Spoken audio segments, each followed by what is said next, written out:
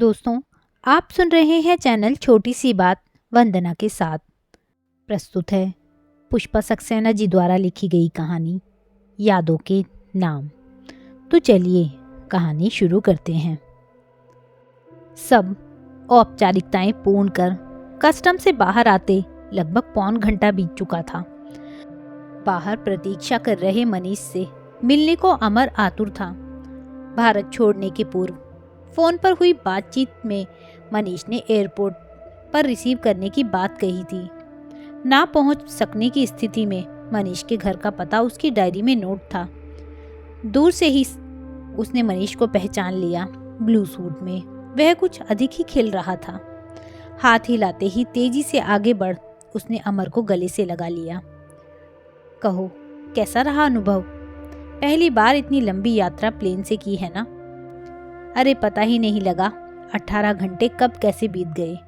लग रहा था सुबह उड़कर शाम को पहुंच रहा हूं। लगता है कोई सुंदर एयर होस्टेस मिल गई थी। क्यों? अपने पुराने अंदाज में आंखें सिकोड़ मनीष मुस्कुराया। भाभी कहाँ है? मैं तो उन्हें देखने को बेकाबू हूं, जिन्होंने मेरे भाई को पराया बना डाला।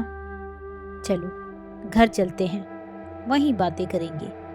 अचानक मनीष के मुख पर एक ऐसी छाया सी तैर गई थी या वह उसका वहम था। अमर समझ नहीं सका। ग्रे मर्सिडीज में बैठते हुए अमर ने कहा, वाह ठाठ हैं तेरे। कभी सपने भी सोचा था कि इस गाड़ी का मालिक बन सकेगा?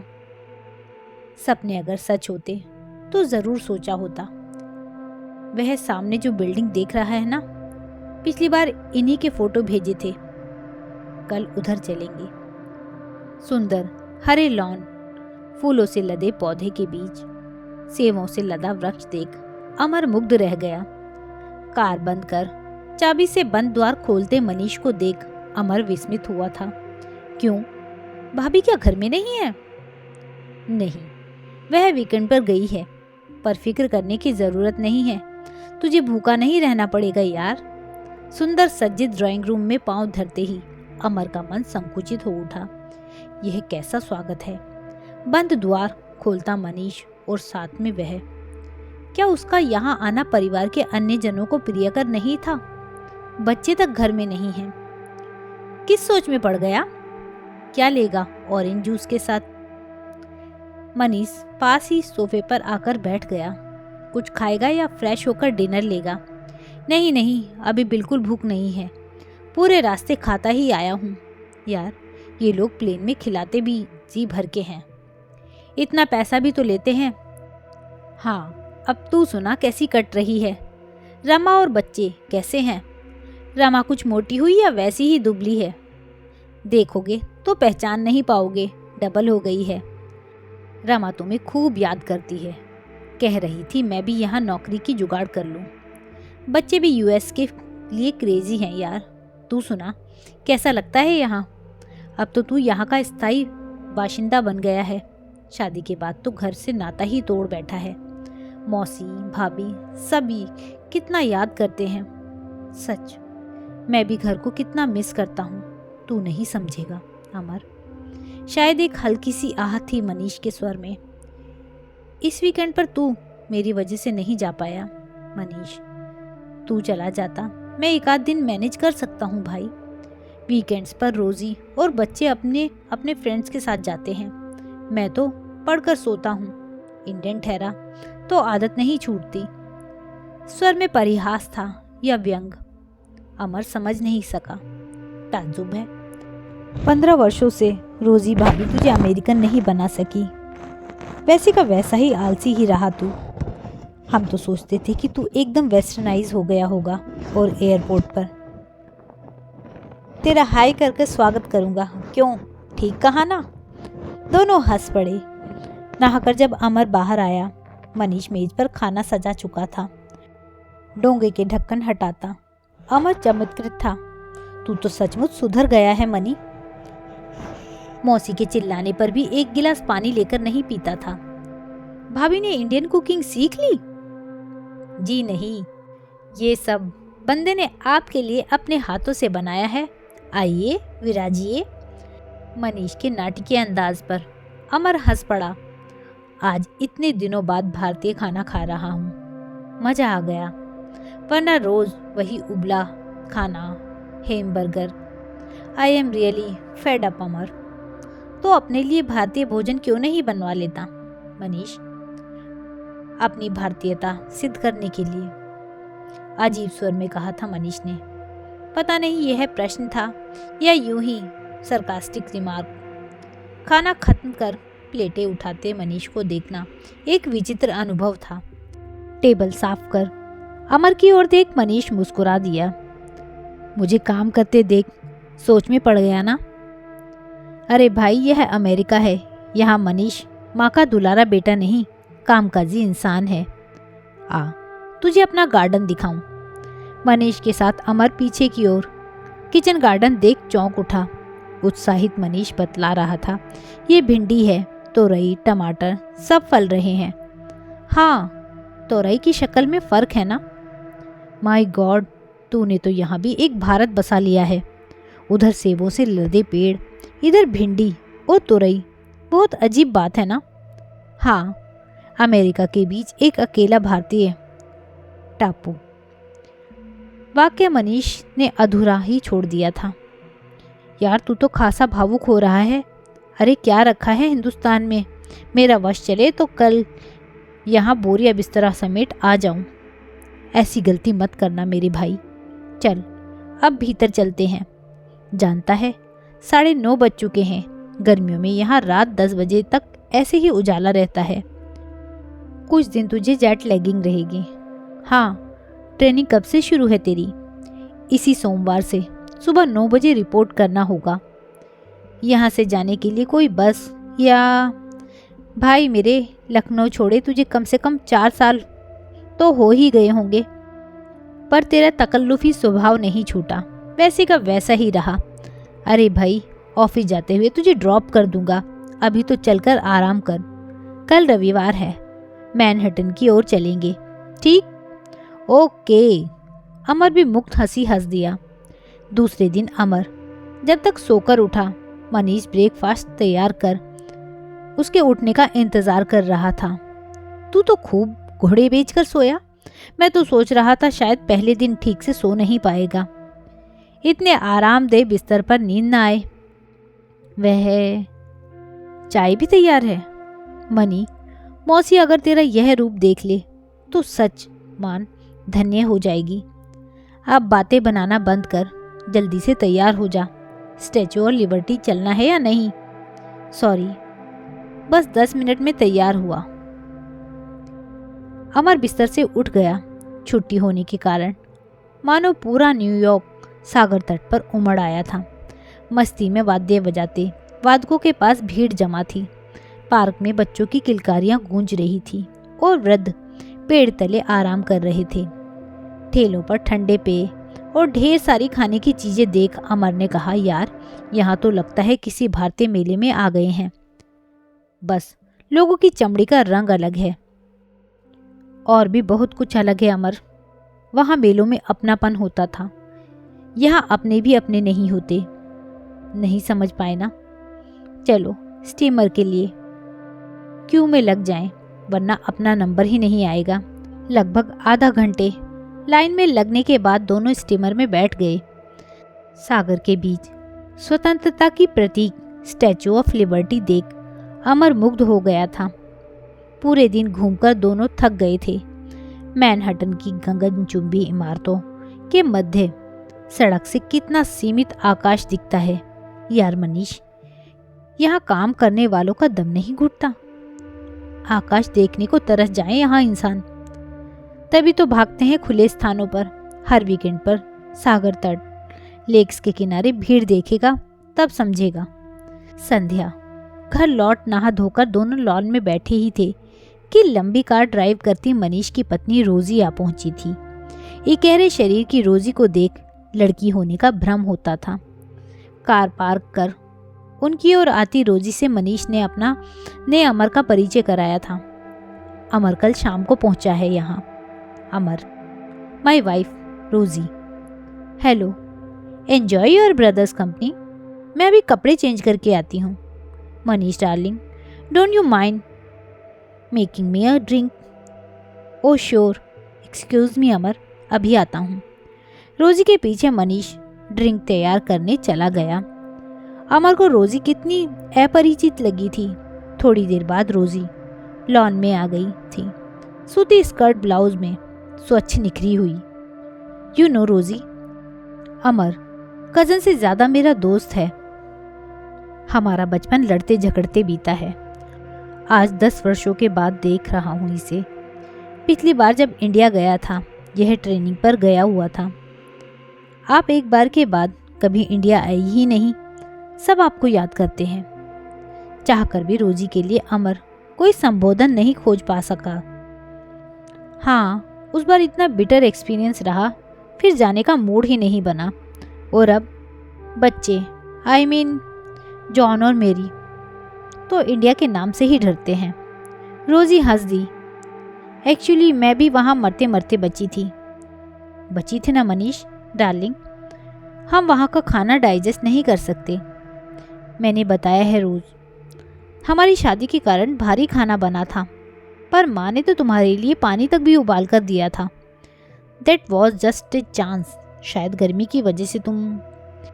मनीष का अधूरा वाक्य छोड़ रोज़ी उठ गई थी। Excuse me, I need rest, थक गई हूँ। हाँ डार्लिंग, मैं क्लाइड के साथ डिनर ले चुकी हूँ, तुम दोनों इंतज़ार मत करना। Have a nice time, good night. न जाने क्यों अमर को लगा था मनीष के मुख पर एक काली छाया सी तैर गई थी। कुछ पलों के मौन को एक और कार की आवाज़ ने तोड़ा था। सामने सड़क पर रुकी कार से एक किशोर और एक लड़की उतरे थे। कार में उसके 2 और साथी थे। हाथ हिलाकर कार में बैठे साथियों को विदा दे लॉन में बैठे मनीष और अमर को अनदेखा कर जा रहे थे कि मनीष ने पुकारा, आनंद, मीरा, यहाँ आओ, meet your uncle from India. दोनों ने एक दूसरे की ओर देखा, मानो कोई सलाह की, और संक्षिप्त हेलो कहकर घर की ओर मुड़ गए थे। अमर को याद आया, एक बार घर में आए मेहमानों को ठीक से नमस्ते न करने पर मौसी ने मनीष को कितना मारा था। यही सीखता है स्कूल में। अरे बड़ों के पांव छू आशीर्वाद लेने से कल्याण होता है। ऐसे अंग्रेजी स्कूल का क्या फायदा जहां बच्चों को तमीज ना सिखाई जाए। बच्चों के व्यवहार से कुछ खिसियाया सा मनीष स्पष्टीकरण दे रहा था। यू नो अमर, यहाँ बच्चे नए लोगों से जल्दी घुलते मिलते नहीं। अपने एज ग्रुप में वे स्वतंत्र महसूस करते हैं। इनकी प्रायोरिटी भी अलग ही होती है। चल हम भी डिनर लें, यह सब तो खाकर आए हैं। घर में सन्नाटा छा गया था। पत्नी बच्चे अपने अपने बेडरूम में बंद हो चुके थे। सन्नाटे को तोड़ने की न इच्छा थी न शायद साहस। निशब्द दोनों ने भोजन की औपचारिकता पूर्ण की थी। मनीष को अपने बेडरूम में सोने आता देख अमर चौंक उठा। ये क्या, तो अपने बेडरूम में सो, वरना रोज़ी भाभी नाराज होंगी। मैंने आकर तुम दोनों को अलग कर दिया है। वह तो अब तक गहरी नींद में होगी। 2 दिनों का स्ट्रेन था ना, कहता मनीष पास वाले पलंग पर पसर गया था। अब बता, लखनऊ में सब कैसे हैं? सच बहुत मिस करता हूँ वे दिन, क्या बात थी। तभी 10 वर्षों से सबको भुला बैठा है। आता क्यों नहीं? मौसी तो हर तीज त्योहार पर तुम्हें याद कर लेती है। जानता हूँ अमर, माँ के प्रति अपराधी हूँ। वह कैसी है? कौन? किसकी बात पूछ रहा है?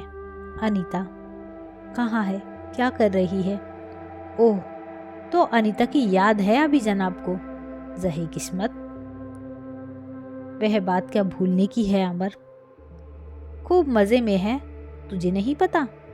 शायद किसी ने लिखने की ज़रूरत नहीं समझी होगी। वह जो अपने साथ रोहित था ना, उसने अनीता से शादी की है। अनीता बड़ी किस्मत वाली है। तुझसे शादी होते ही तुझे अमेरिका का चांस मिल गया, और रोहित से शादी होते ही वह IAS में आ गया। अभी दिल्ली में नियुक्त है। यहाँ आने के समय उसने काफ़ी मदद की मेरी। शायद मनीष कुछ देर चुप रह गया था, फिर मानो एक ठंडी सांस लेकर कहा, अच्छा, सचमुच वह कितनी किस्मत वाली है। एक बात बता, मेरी याद है उसे? तुम्हारी याद ना होगी ऐसा सोच सकते हो मनी? नहीं, मेरा मतलब बहुत नफरत करती होगी मेरे नाम से। इतने वर्ष बीत गए, तुम भूल पाए हो अनीता को? शुरू में शायद ऐसा लगा था अमर, पर अब तो हर नए दिन के साथ पुरानी यादें जीता हूँ। अच्छा बता, अनीता ने इतना आघात कैसे झेला था? सबके सामने हंसकर और अकेले में रोकर। गनीमत है उसने हिम्मत हार आत्महत्या या ऐसा कुछ नहीं सोचा, वरना उसके प्रति किए अपराध का दंड भोग रहा हूँ। दंड? धरती के स्वर्ग पर मजे लूट रहा है, इसे दंड मानता है? मनी, तूने अनीता की वे रातें नहीं देखी जिनमें उसके अंतर का हाहाकार सिर पटक कर पछाड़ खाता था। दंड तो अनीता ने भुगता था। बिना अपराध के ना चाहते भी अमर का स्वर तिक्त हो उठा था। मनीष के मौन पर अमर ने पूछा था, तूने ऐसा क्यों किया मनीष? एक पत्नी के रहते दूसरा विवाह? अनीता में क्या कमी थी? उसे त्यागते जरा भी दुख नहीं हुआ मनी? वर्षों से अंतर में दबा प्रश्न आज उभर आया था। कमी अनीता में नहीं, मुझ में थी अमर। अपने पर नियंत्रण खो यहाँ की धारा में तिनके सा बह गया था भाई। अनीता की याद तुम्हें नहीं रोक सकी मनी। उसके साथ एक वर्ष दुख में तो नहीं काटा था तुमने? अब वही दिन तो मेरे एकाकी जीवन के साथी हैं अमर। लगता है भावुकता का सहारा ले तुम सबकी सहानुभूति पाना चाहते हो। शायद मैं तुम्हें माफ कर दूं, पर परिवार के अन्य जन तुम्हें शायद ही क्षमा कर सके मनीष। मेरा दुर्भाग्य है अमर, पीएचडी करके जब आया था तब क्या सोचा था मैं यहाँ स्थायी रूप से बस जाऊंगा। अनीता से कहा था जल्दी ही उसे बुला लूंगा, उसके बिना यहाँ कैसे रह सकूंगा। सोचकर ही मन परेशान था। यहाँ नए परिवेश में अपने को अकेला पाता था। रोजी भी मेरे ही तरह विभाग में टीचर असिस्टेंट थी। हम एक ही कमरे में साथ बैठते थे। बहुत जीवंत, हंसमुख, खुले दिल की लड़की थी रोजी। मुझे उदास देख अपनी बातों से गुदगुदा जाती थी। अपने विषय में सब बता चुका था मैं उसे। यहाँ की लड़कियों को तो तुम देखोगे खुली किताब सदृश्य होती हैं, उन्मुक्त मन से मिलती हैं। वीकेंड में रोजी के साथ कभी पिकनिक, कभी शहर के बाहर टूरिस्ट स्थान देखने जाते थे। एक दिन अनजाने ही सब सीमाएं हम लांघ गए थे। बस उसके बाद तो लगा रोजी के सिवा कुछ नहीं जीवन में, जीवन निस्सार है। रोजी ने भी कुछ ऐसा ही महसूस किया था अमर। उसके बाद की कहानी तो तुम जानते ही हो। यही वजह थी मैंने अनीता को मुक्त कर दिया था। क्या तेरे यूं मुक्त करने से अनीता मुक्त हो गई? अपमान के साथ नकारा गया उसका अस्तित्व। तू तो सोच भी नहीं सकता मनी। जीवित रह अनीता ने कितनी मौतें झेली थी। खैर, इतनी तो इंसानियत बरती तूने, उस पर कोई दोष नहीं लगाया। मैं तो रोहित के साहस की सराहना करता हूँ। कितना दब्बू सा दिखता था वह लड़का, पर उसने जो किया मैं करने का साहस नहीं कर सकता। अचानक अमर चुप हो गया था। अच्छा हुआ अनीता ने दूसरा विवाह कर लिया। हल्की सी सांस निकली थी मनीष के मुख से। शायद तुम्हारे अहम को चोट पहुंची होगी उसके विवाह से। तुम्हें आजीवन देवता सदृश्य पूजती, विवाह ना करती तो अच्छा था। मैंने कब ऐसा कहा? हाँ, शायद तब दूसरा रास्ता होता मेरे पास। मनीष का स्वर कुछ आहत था। दूसरा रास्ता? हाँ, वापस भारत जाने का विकल्प। तू वापस भारत जाता? यह वैभव घर त्याग कर? कोनी के बल उठ अमर ने दृष्टि मनीष के मुख पर गड़ा दी थी। ये सब तो एक इंडियन बास्टर्ड का है। मनीष का स्वर उत्तेजित था। क्या बकते हो? दिमाग तो ठीक है? मनीष के अचानक आक्रोश पर अमर चौंक उठा। क्यों? देखा नहीं पत्नी बच्चे सब अमेरिकन हैं। इस धरती पर जन्मे जेन्युइन नागरिक और मैं एक अनसिविलाइज्ड कंट्री की देन जो इस धरती वालों का हक छीनता है। तुम आराम करो मनीष, मैं रोजी भाभी को बुलाता हूँ। कौन भाभी? किसकी भाभी? देखा नहीं, वह अभी अपने फ्रेंड्स के साथ वीकेंड मनाकर लौटी है। इस समय नशे में बेसुध सो रही है। मैं उसका पति नहीं, कंपेनियन हूँ, समझे।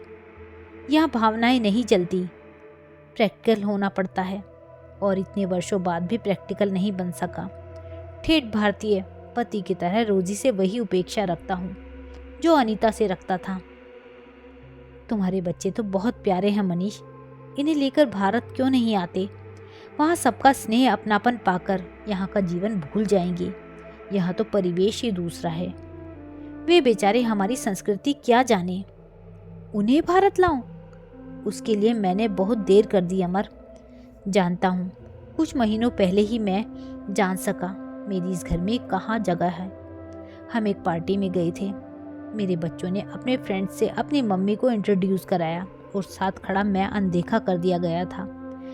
घर आकर मेरी लाडली बेटी मम्मी से झगड़ रही थी कि तुमने एक इंडियन से मैरिज क्यों की मम्मा, हमारे स्टेटस डाउन होता है, हम सिर उठाकर नहीं चल सकते। मेरी फ्रेंड्स हंसती हैं।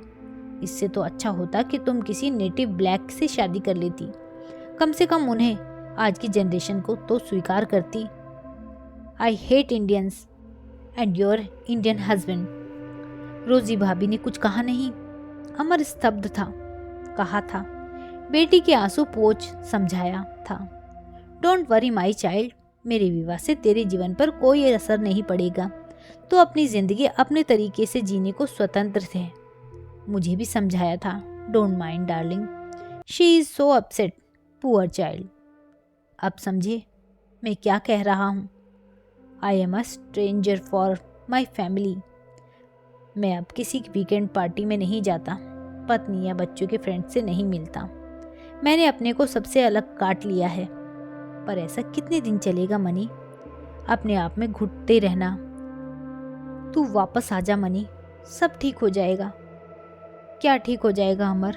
पिछले 15 वर्षों का अतीत धो पोंछ कर वापस जाना क्या उतना आसान है जितना अनीता को 1 वर्ष बाद अचानक छोड़ देना? क्या मुंह लेकर जाऊंगा वहां मैं?